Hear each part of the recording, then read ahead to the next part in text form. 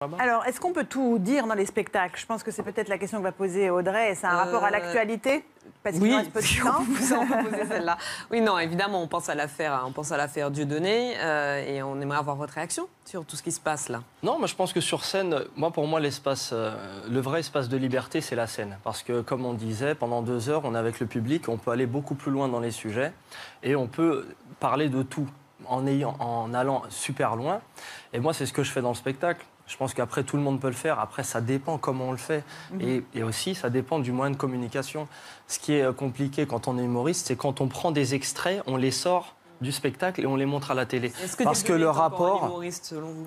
Moi, je n'ai pas jugé un autre humoriste. Donc vous le considérez comme un humoriste? Bien sûr, forcément. Après, moi, je n'ai pas à rentrer dans le débat de est-ce que ce qu'il fait c'est bien ou ce qu'il fait c'est pas bien. Je vais juste le juger par rapport à l'actualité. L'actualité, moi, je vois quoi? Je vois un ministre de l'Intérieur qui, normalement, ses prérogatives, c'est quoi? Assurer la sécurité des Français. On voit que les gens sont en galère. Hausse des cambriolages, hausse des attaques à la personne. Pour moi, c'est un petit peu un stratagème de diversion, un écran de fumée. Donc il ne faut pas interdire les spectacles de Dieudonné? C'est... Pour moi, la liberté... la loi, parce qu'il y a quand même des incriminations qui sont claires. On est d'accord, sauf que là, c'est pas au ministre de l'Intérieur, c'est à la justice de décider. Et après, c'est la justice qui est toute puissante. Et après, le souci, c'est quoi? Quand les gens vont voir les spectacles, moi, c'est ce que je me dis. Je me dis, on est en France, on doit parler à tout le monde. On ne peut pas ostraciser une partie de la population. Et mine de rien, c'est ce que fait le gouvernement. Parce qu'en mettant une partie de la population, en les ostracisant, vous ne parlez plus avec eux.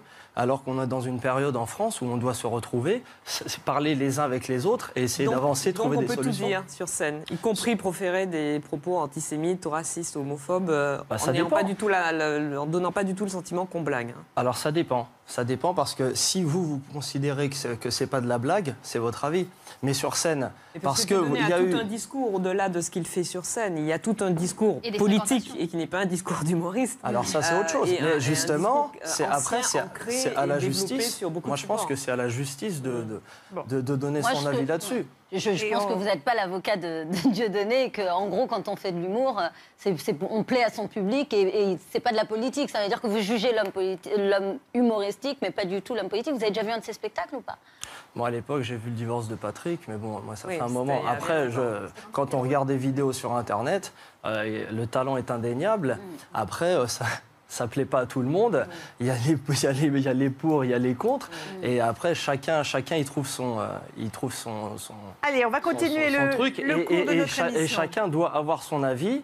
Et je pense que c'est important aussi d'aller chercher l'information aussi sur Internet. Parce que pour se faire son opinion. Souvent, ce qu'on montre à la télé ou ce qu'on entend en radio, c'est pas tout à fait la vérité. Allez, on va